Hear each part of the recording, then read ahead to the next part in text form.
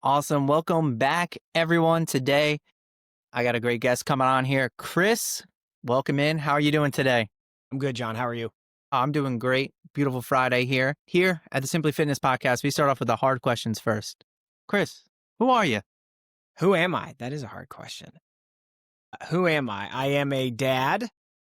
I am a online fitness coach. I've been coaching for over 7 years now, and I primarily work with busy moms and dads who are trying to, piece the health and fitness thing on top of kids and careers and just chaos.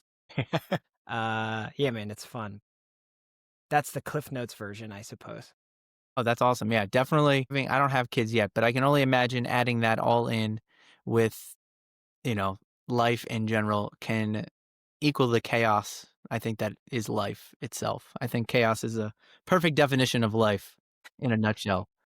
If Yeah, you don't have chaos, I don't think you're doing it right, right? yeah, probably not. If you got to fill your time with more stuff, then right, you got Yeah, to find some exactly. hobbies or something like that. But Yeah. yeah, it's good. So kind of what you're an online fitness coach and, after I looked back, recently at you had a great post on your Instagram that I really love. And you were talking about your biggest fat loss mistake. And we talk about fat loss here a lot and kind of how it changed your thinking on fat loss. I wonder if you could explain a little bit more. Do you remember that post? I do. I mean, we could spend the whole podcast talking about biggest fat loss mistakes, Yeah. simply because part of why I like coaching is to help people avoid all of those silly mistakes that I made in the past, right? I think like a lot of people that get into this business is once you find what works, you get so motivated and excited about it, and then you want other people to know and be able to experience the same thing. For sure.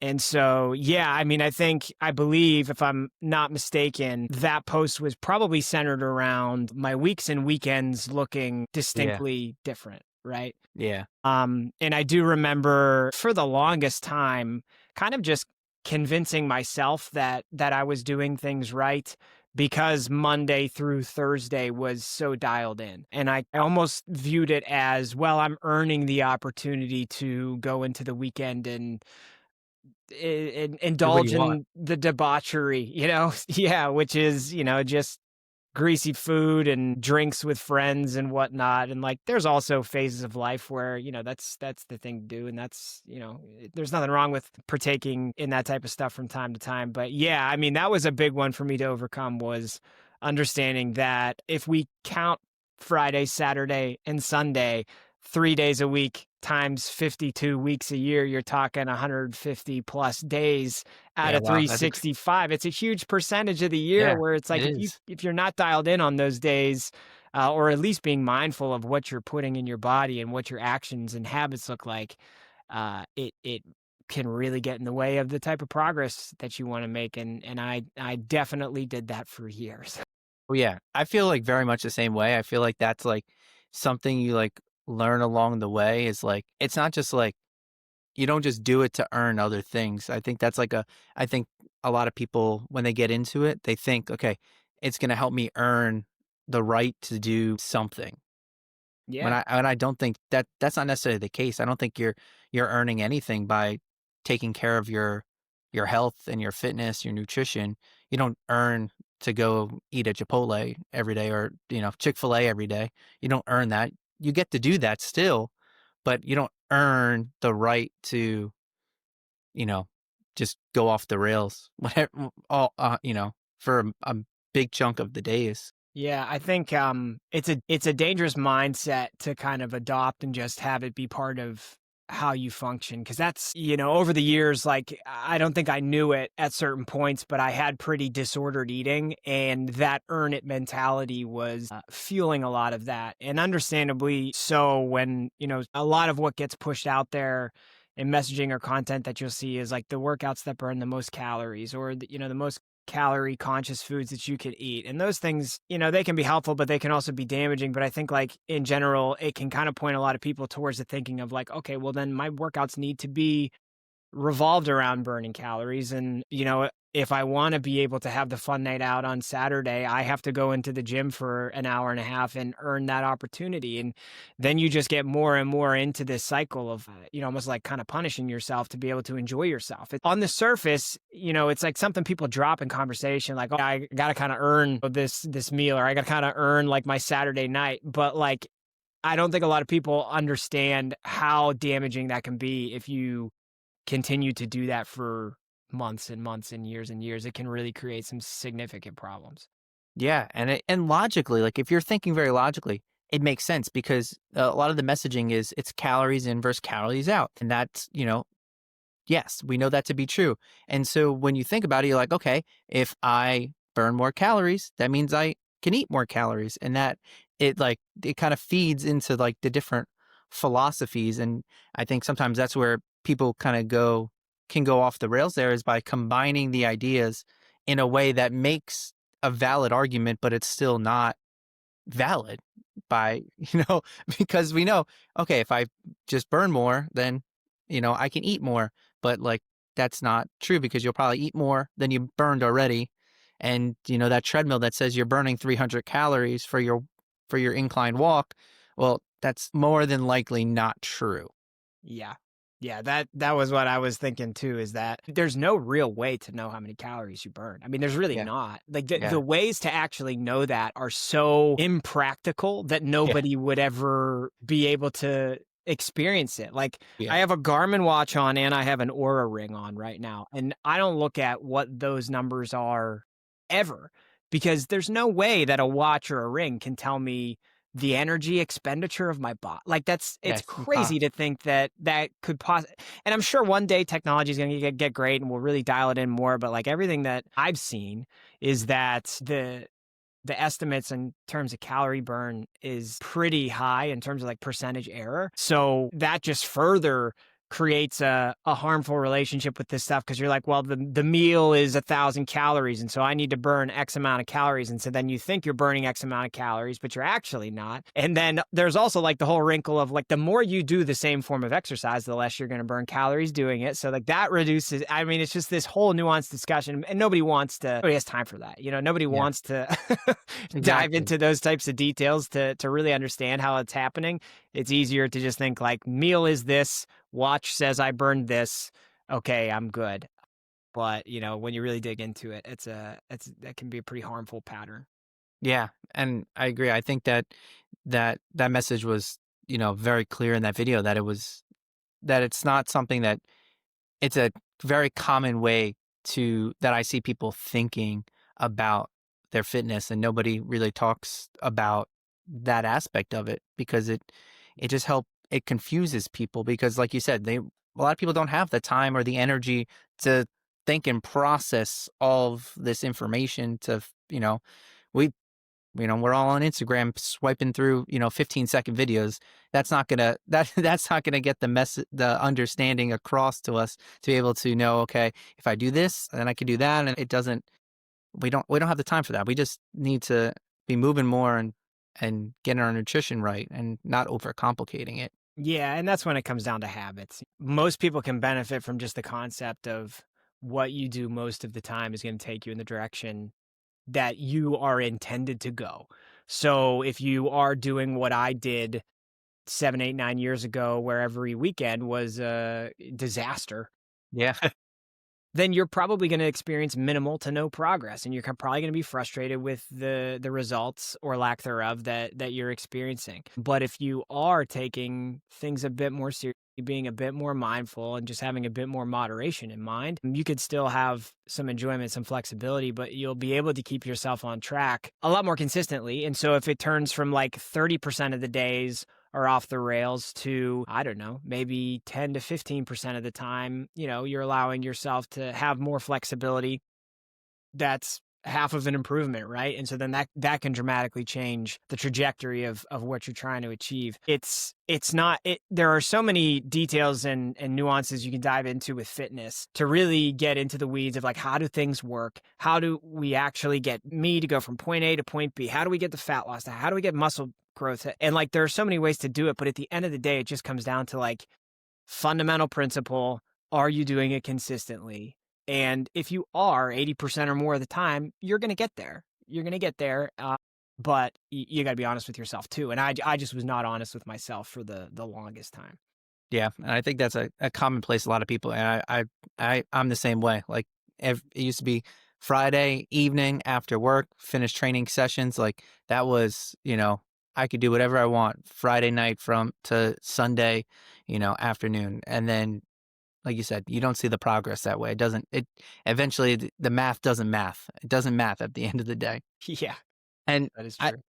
and the one thing that you were just talking about were principles, and the one thing I love about your content is you really talk a lot about like exercise principles and you really break it down, you know, continuously, and what would you to like help people get more out of their workouts? And what would be like three things that you would suggest people to do if they're looking to get the most out of their workouts? What should people be focusing on?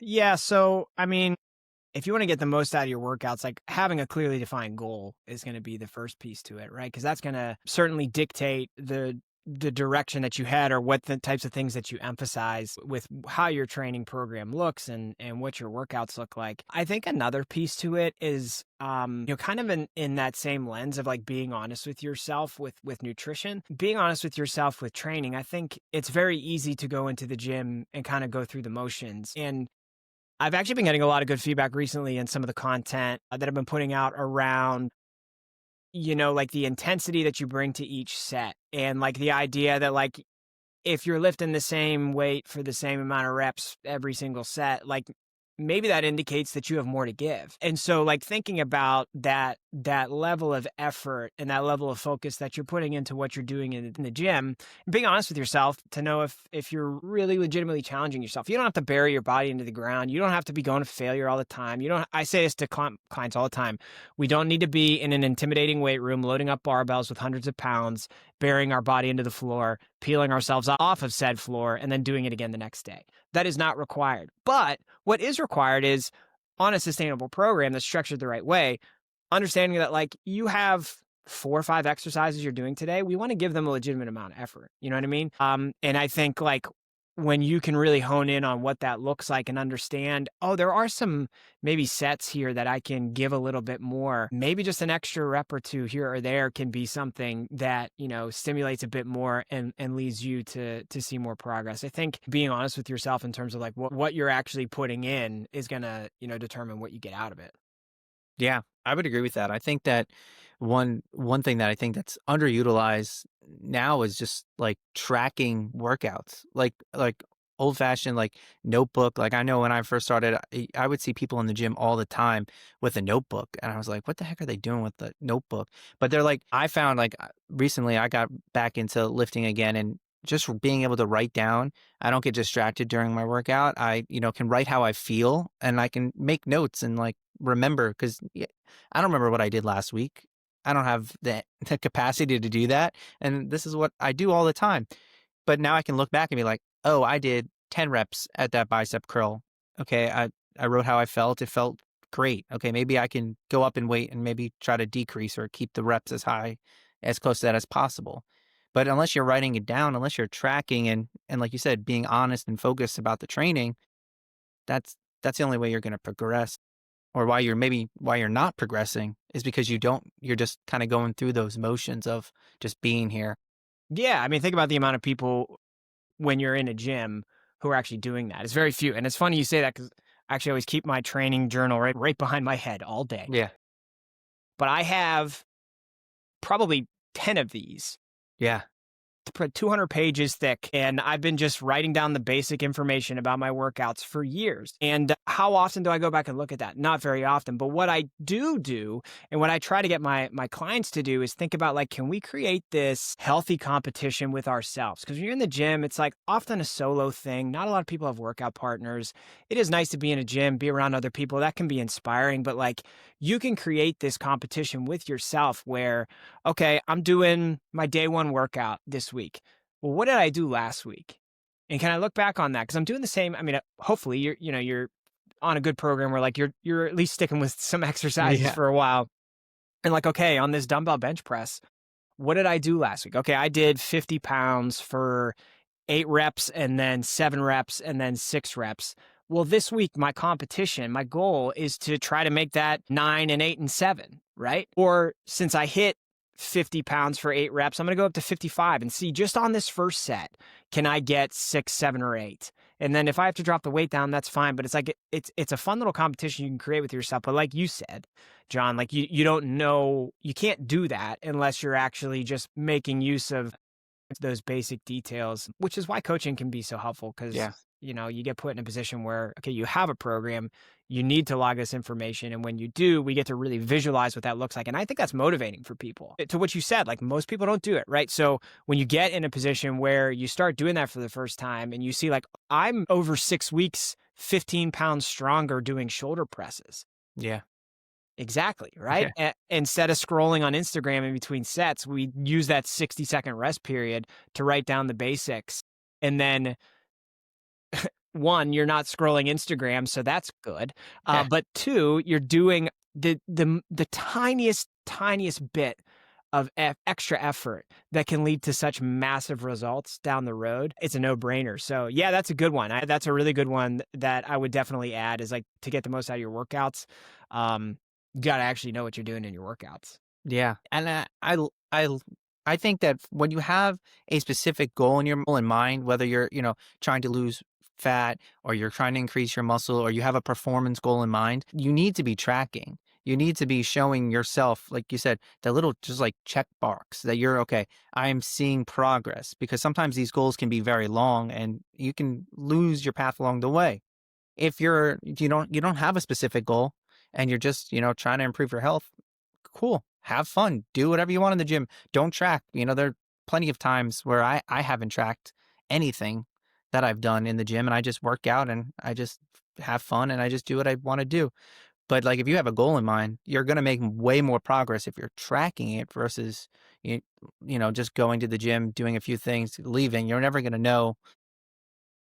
A and Z are going to look exactly the same. You're not going to be able to know at the end of the day. Yeah. Yeah. And I mean, that's a good point. Like, I think sometimes people can get overwhelmed by tracking, right? Not everybody's a spreadsheet person. Not everybody's a notebook person. And I totally get that. And there's a right setup for everybody. But I still think, like, even if you're not aggressively trying to lose weight or aggressively trying to build muscle, just noting the basics, it's going to help you improve your overall health too. Even if it's just like you want to move and be healthy, even if you're just going into the gym and doing some cardio, like noting I did 20 minutes on the treadmill today is something that you can go back and reference and understand, like, okay, I did 20 minutes on the treadmill 2 months ago and I was huffing and puffing, right? It was hard. And now 2 months later, I'm doing that same 20 minutes, but I feel a lot better. I wouldn't have remembered what it felt like 2 months ago, right? Unless I did something to document it, or made some type of mental note. So even if it's making mental notes, like, I do think it's really important to document the journey to understand where you started, because that makes it that much more powerful when you get to where you want to go, or when you're on the process. But we all say this, like, in the coaching space, it's important. You want to lose 40 pounds. Okay, you have a 40-pound weight loss goal, but like, that's a daunting thing to get there, and to think about, on day one, I have to lose 40 pounds. We always talk about, like, those markers along the way, knocking off the smaller goals to get to the bigger goals. Tracking things helps you do that too, to have those little victories along the way to keep you motivated. So I think it's very underrated. Most people don't do it, but I think virtually everybody should in some way, in whatever way works for you. Yeah, and to give everyone just another example is, like, I work cardiac rehab in a hospital, and I have patients that come back and use the gym. They're allowed to use it for free. I have 80-year-old patients who have never worked out a day in their life. They didn't know what, they've never stepped foot in a gym, and now they come back and they do their cardio 3, maybe 4 days a week, and they have little cards, these little blue cards that just tell them, like, what machines and what speed and level that they're at and how long, and they just check their little boxes, and they come in and they do their machine at 80 years old, and they go here and they're like, I need a new card, I filled mine out. And they just they don't have to think, they just have to show up, and they don't really understand they just know they're making themselves feel better. There's nothing sexy about it. They're just going on their treadmill, they're doing their elliptical or their bike, and they're having, a decent amount of time. Most of them don't like it, but they know it's good for them. So that's why they show up, because they don't want to have these issues. But tracking it, I imagine if we didn't have those cards, and one, they would be asking us a million and one questions about what to do every single day. So that's probably the main reason for it. But then afterwards, they're tracking what they're doing, because now they know, like, there's some people that write down every little thing. Okay, I did this for 15 minutes today, level 2, or I did it for 16 minutes today. And it keeps them coming back because they know what to do, and they're being able to progress themselves that way. And people come back for years, 5, 6, 7 years, and they've been doing this. And I know for a fact that definitely helps them live longer if they didn't do it. Yeah, it's motivating, man. It's definitely motivating. Yeah.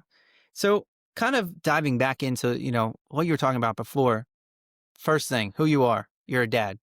Most of your clients are parents. And, as a hopefully future parent myself, I think, and some of my friends are starting to have kids, and I see, a lot of people on my social media, they're starting to have kids, and life gets a little crazy, but they still want, like, health, fitness, nutrition, especially for me, is the top priority.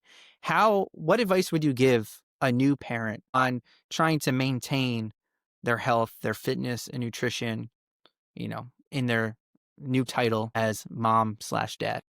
Yeah, man, it's a challenging transition. And I think it's a life stage where a lot of people fall off because of that. And, in terms of making that transition and making it work, there's a lot of grace you got to give yourself. There's a lot of understanding that this might be the biggest piece, is that what you did actually, I say this all the time, what you did in your 20s rarely works for you in your 30s and 40s. And we have to understand that with different phases of life come different approaches to health and fitness. Now, the core concepts stay the same, but and your ability to make progress, your ability to be healthy does not change. But the nature in which you go about doing that is the thing that has to change. Because if you think that you're going to keep spending an hour in the gym when you have a newborn, 1-year-old, 2-year-old. I mean, I have 3 kids under the age of 5.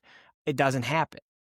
It doesn't happen. But that doesn't mean that you are limited. It just means you need to be more intentional with your time. And it means that, you need to be more detailed in the way that you approach what you do when you work out, what you do with your diet. It probably means that you need to adopt more flexibility. I think it's a lot easier pre-kids to have a set schedule. You're always in the gym at the same day, at the same time, consistently. There's going to be more things that come up that get in the way of that. You always eat the same meals at the same time. So then once you start having kids, like you're going to want to have meals with the family, and that's an important piece to it.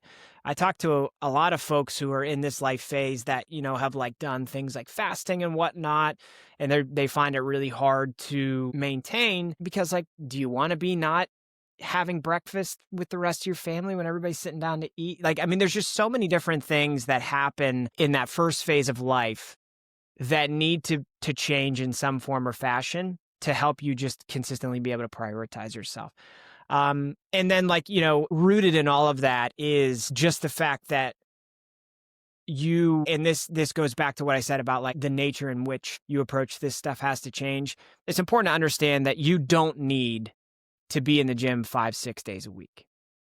You don't need to be unbelievably rigid with your diet. It's all about just getting the right doses of these things that promotes a healthy you. Mm-hmm. And finding ways to structure them into your life in a way that can be consistent. To go back to what we said before, what you do most of the time is going to take you in the direction that you want to go. And so as you go into that life phase of having kids, and especially when they're young, is when this stuff becomes the most challenging.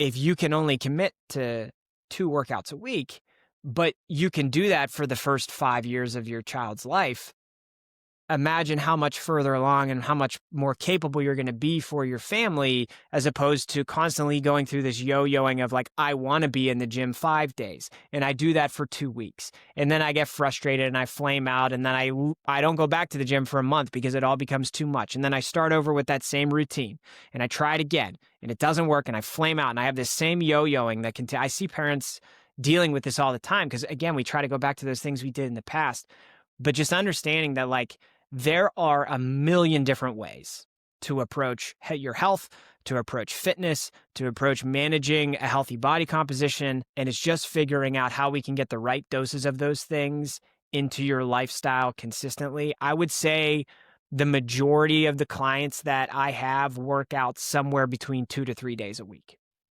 I don't, I, I might have like one client, maybe two clients that work out 5 days a week. It's just not a thing, right? I mean, it's not going to be sustainable. So yeah, I think those are the biggest things. It's like giving yourself that grace and understanding to know that this all is going to change, but it doesn't have to get worse. We just need to get more detailed about how to approach it so that you can get what you need from a diet and exercise standpoint, but also give you what you need to be rested and recovered and be that person you want to be for your family, because it's a whole different uh Yeah. I think, especially from what I've seen and what based off what you just said, it sounds like the biggest thing is it's what's like with any change. With anything that's going to happen in your life, you have to be able to adapt, some, you know, being able to be flexible and change what you're doing. Because like you said before, like what works 5, 10 years ago doesn't work today. And what it won't work 5 to 10 years from now. You have to be adaptable to that. And obviously I don't have kids, but the change is huge. That completely changes your whole it in that. changes everything, John. Yeah. And like, what's interesting is like when you have kids, I mean, you can kind of choose obviously you can choose the path that you want to take and how you manage your habits. It became so distinctly clear to me early on that, and this goes back to what we started the podcast talking about with that, like yo-yoing, my weekends being so much different than my weeks.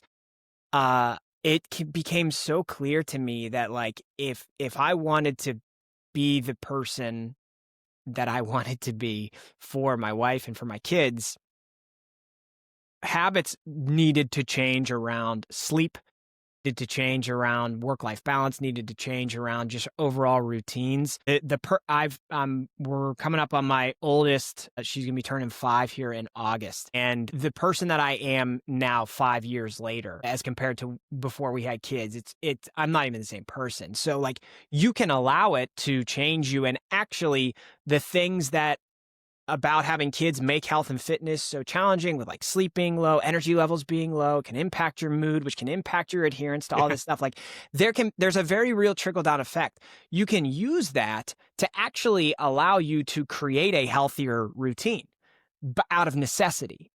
Because if you don't, you're going to be tired all the time. Your mood's going to get even worse. So you're going to be, you're going to be less of the person that you want to be for those people that you're caring for. Or like, go to bed at 8 o'clock, go to bed at 9 o'clock, wake up at 4:30 in the morning, get the stuff done that you need to do so that you can do it in the peace and quiet before the day starts. Like that's kind of how my routine changed. And even amidst like the stress and the challenges that happen, I'm actually healthier now than I was, back beforehand, because like it necessitated that change. And I think with what you said, like, this is health and fitness is a priority for you, right? It's what you live. So like, I would be shocked if you didn't, as you start a family, if you didn't go down a similar path where like it necessitates even better habits for you. Unfortunately, I think a lot of people are outside of that bucket of you and I, where like, this is what we live, right? So it's inherently a priority. We have no problem buying the healthier foods. We have no problem, squeezing protein into every meal. We have no problem getting to bed on time. We have no problem doing all these things because it is so important to us. Hopefully, as if anybody's listening to this and doesn't have kids yet, but they're going to, or maybe they're in that initial stage, hopefully you can use that to actually create those habits, because you can use it for positive. But yeah, I mean, it seems like Yeah. most people don't.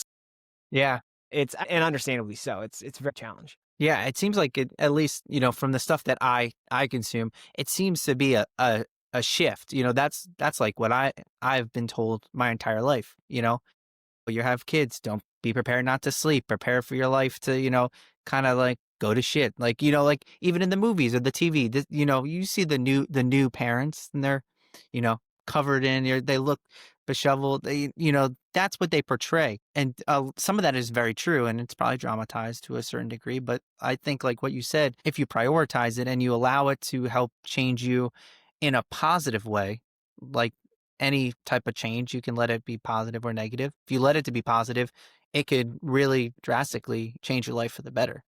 Absolutely. And you're 100% right that that stuff is dramatized. Like, it is sleep, it becomes a challenge, right? There's stressful situations, but like the challenging factors of having kids is like 10% of it. Like 90% of it is so much fun and like the coolest stuff ever. And like you get to see your kids experience life, and that helps you to be able to re experience these things that you've done before a million times, but in new ways. And it makes it fun. And like the vast majority of it is so much fun. But like the 10% of this stuff that kind of sucks sometimes is all anybody talks about. And I hate when what you just said, parents are like, "Oh, get ready to not sleep anymore." I hate when parents say that. It is my least favorite thing. And to be honest with you, I was up for like 3.5 hours in the middle of the night last night. So like I could whine and complain about that. But like those nights aren't every night. I hate when parents project that, especially on people who don't have kids yet, because like Yeah. just like stop trying to scare people. It's challenging sometimes, but it's not that. Yeah. I would agree with that. And one word like really stuck out to me as we were just talking about this, and it's habits. Mm. So what habits would you give to somebody, or suggest someone start practicing, either now that they just had a kid, they're about to have a kid, or they're that's far in their future, but it's going to be coming up. What habits would you suggest to them to focus on? The first place my mind goes to is a habit that I just out of necessity had to kick. I just had to kick alcohol. Like, and I'm not saying that's for everybody, but I noticed it being something that was making it hard. Like it was making the entire process of being a dad harder than it needed to be, right? I was going to bed later. I was getting less out of the available sleep, which you already have less of it than you're used to, right? So then you wake up the next day. If you're not getting as much sleep, you wake up the next day more tired than usual, but then alcohol makes you even more Yeah. tired than usual. So like if that if that is part of anybody's routine right now, and it's a relationship that you can work on, I would recommend it, because that one was a huge one for me. And I mean obviously we know, like, alcohol is not the greatest for your overall health, so if you can drink it in moderation or not at all, you're going to be in a better position. So that was a big one for me. And in terms of habits, I don't know if this is necessarily habit, maybe some more so like a mindset shift of thinking about how can my diet and exercise more so fuel and energize me than like how can it make me look, you Yeah. know? Yeah. I almost never go into the gym anymore thinking about how I'm looking. But I could tell you 7 or 8 years ago, I was lifting in front of the mirrors, really worried about how I was looking. And so I mean, I suppose that's kind of a habit, but like I said, it's more of a mindset shift where it's like understanding that like longevity once you have kids is just going to come more and more into the picture about what you're focused on, and like these things that you do can benefit you in that manner in a massive way. And if you can really find joy in that, to find that your body's moving better, you're more functional, you're less limited, that can be a really powerful thing too. Yeah. I love both those. I think that alcohol, I think especially as I get older, I agree. I'm finding the same thing, that, I've most recently just decided, like, no more, as few and far between as possible, just because it's like you said, it just is affecting my the things that I want to do that are way more priority lists. Like, that alcohol is dropping near the bottom. So if it's affecting the things at the top, why even include it at all, Did type of deal. any one thing lead to that for you, or was it more of like over time, just like experiences, just it felt less worth it? Yeah, it's just like over time, I'm very introspective as it comes with all this, and seeing how my body felt. And over time, I was just like, I just had noticed how I started feeling during and after. And I was like, I don't really want to feel this way, or like, I don't normally feel this way. And I don't feel happy about it. I don't feel great about it. I usually physically don't feel great. And I'm like, why do I need this? And, okay, it tastes good and I might have a little extra fun, but I'm a pretty fun person without it. I don't need it to have fun. Like I'm as my wife will tell you, like we have fun without drinking. Like she doesn't really drink, so like why do I need a drink? If she's having fun without it, I don't need to have it. And if other people are drinking, that's fine. It doesn't bother me. I'll have something. My friend's wedding was a few weeks ago. I had a few drinks, but other than that, like I can't foresee a time in the future where I will need to have a drink. Yeah, I that's might want powerful. one during time, Yeah. if I go to, a baseball game or a football game and okay, maybe I'll have a beer or 2. But like it doesn't need to be anything like, "Oh, I'm gonna go out and like let's just get drunk and live the night away and, party it up." Like I think that's not anywhere near my future anymore. I don't think that needs to be. Yeah. No, that's powerful, man. The football teams I root for, sometimes it necessitates me having a beer or 2. Oh, yeah.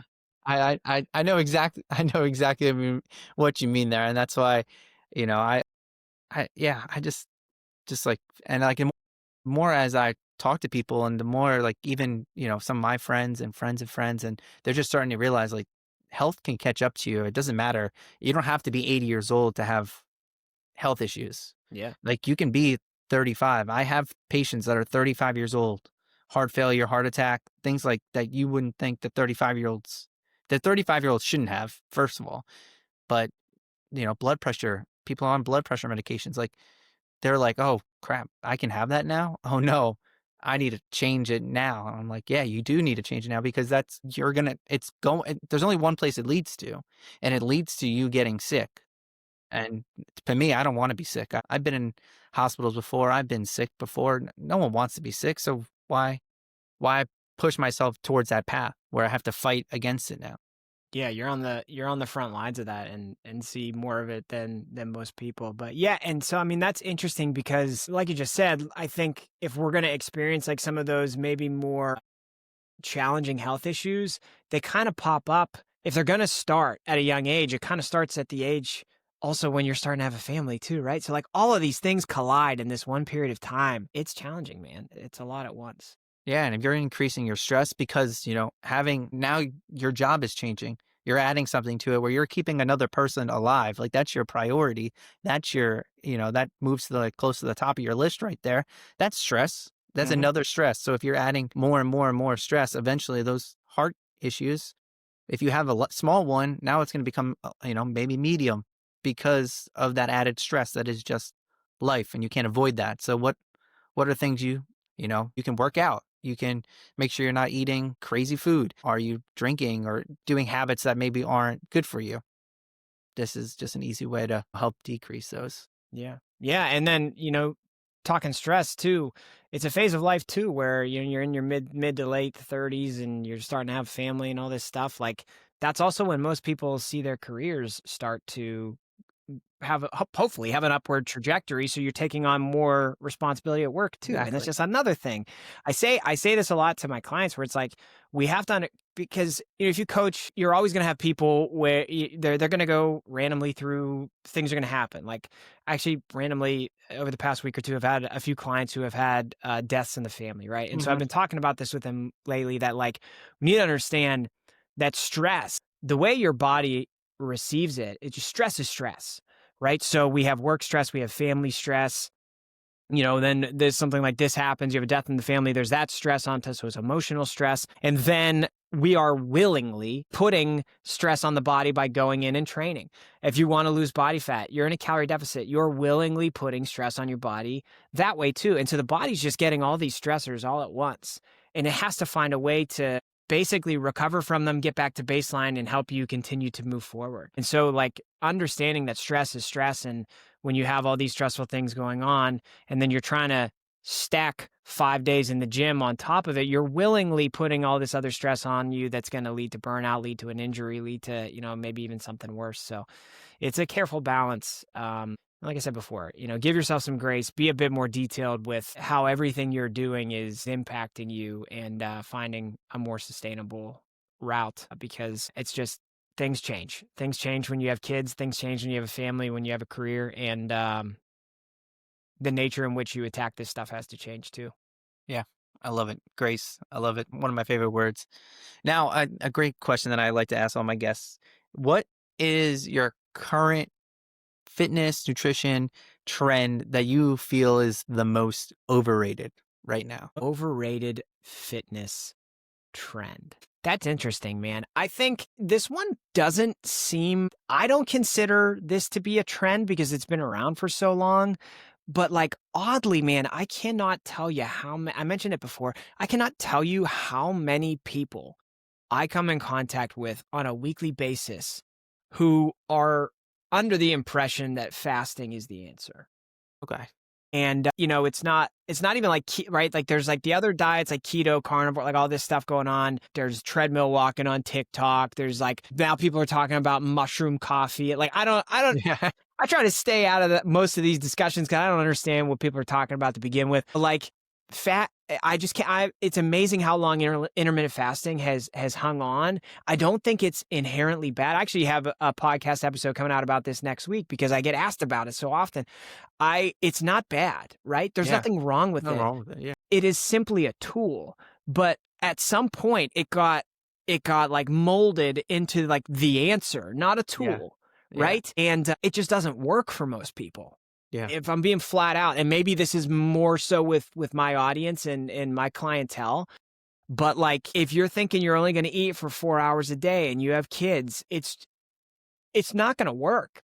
Mm-hmm. And often I'll hear what part of why it's like frustrating for me is because I'll hear from people who say like, well, fasting really worked for me before. I need to lose 30 pounds, so I'm going to do fasting again. I'm like, if you need to lose 30 pounds again, did it work?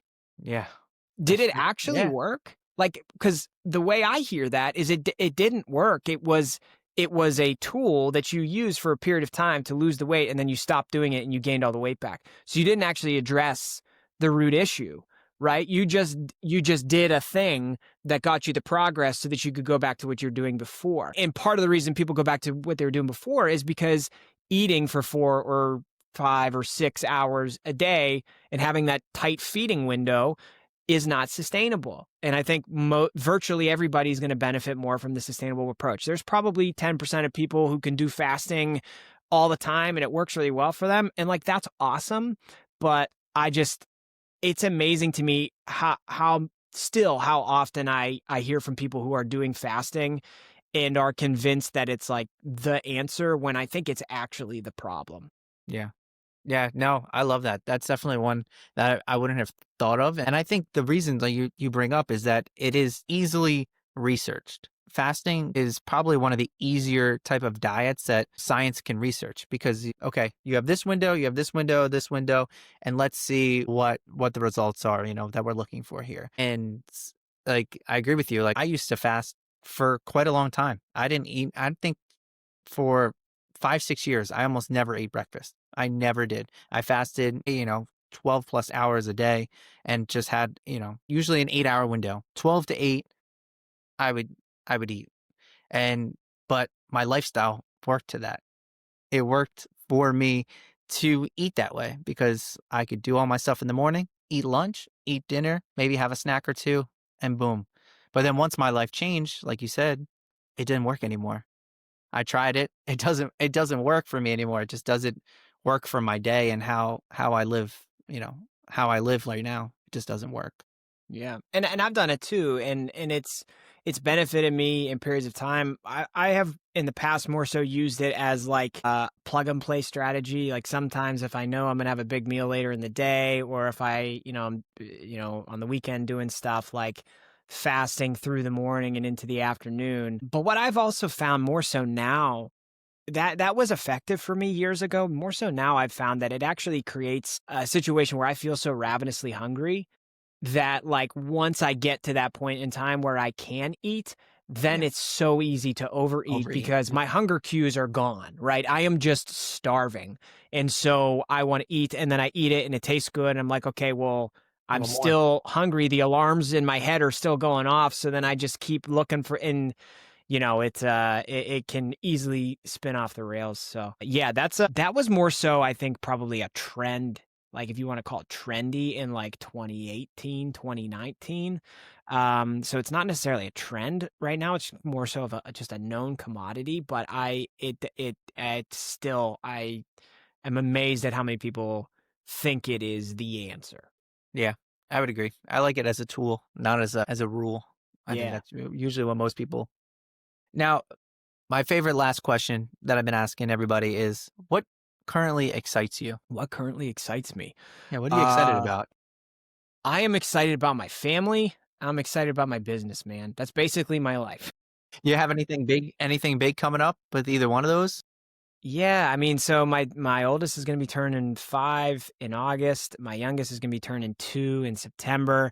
So we got some That's birthdays awesome. coming up, which is gonna be fun. I have 3 girls, and they love going to football games in the fall, so we're getting ready Oh, for that's football awesome. season over here already. So definitely excited about that. And then on the business side of things, man, just like I mean, obviously it's all about helping people. I love helping people, and it's an unbelievably fulfilling thing to do when you get to have your job be something that benefits other people. And so I absolutely love coaching. It's been such a blessing, and it's been a blessing, to have the coaching business grow. And so, I have some exciting things that, hoping to be able to launch and plan for coming into the fall.